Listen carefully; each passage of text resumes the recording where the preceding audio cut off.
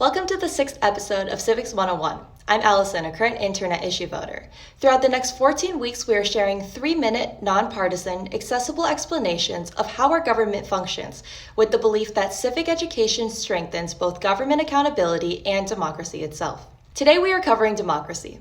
At its core, democracy is a system where power is derived from the people. Citizens may vote directly on issues or elect representatives to act on their behalf. The U.S. Constitution, ratified in 1789, draws inspiration from ancient Athens, the birthplace of democratic ideas. It embeds principles of representative government, checks and balances, and civic responsibility. Democracy is more than a concept, it is a practice. It requires not just institutions that reflect the will of the people, but mechanisms that ensure accountability, protect individual rights, and adapt to changing circumstances. A healthy democracy is not self-sustaining. It demands active preservation and engagement maintenance. There are two common models of democracy. In a direct democracy, citizens vote on laws and decisions themselves. This form works well on a smaller scale. More commonly, however, democracies adopt a representative model. In this system, people elect officials to make decisions on their behalf.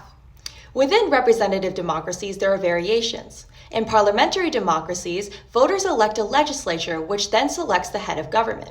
In contrast, in a presidential system, citizens directly elect the president, who serves as both head of state and head of government. Both models aim to serve the public, uphold rights, and reflect the will of the people in policy. Despite their structural differences, all democracies rest on shared principles. These include freedom of speech and religion, equal protection under the law, the rule of law, independent institutions, and open participation in political life. Democracy has evolved throughout history and continues to be tested and measured.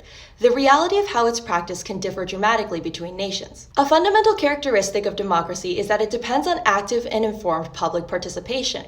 Citizens must understand their rights, actively participate in civic life, and commit to holding their leaders accountable.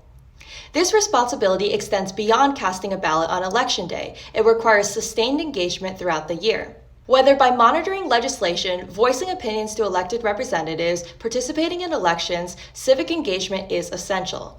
Democracy functions most effectively when individuals actively participate in its processes. For further reading, check out our blog article on Medium, Democracy Defined: How the U.S. System Compares Globally. Thank you for joining us for the 6th episode of Civics 101. Issue Voter is a nonpartisan platform that makes civic engagement accessible, efficient, and impactful. Visit issuevoter.org to learn more. Sign up to stay up to date with legislation and make your voice heard.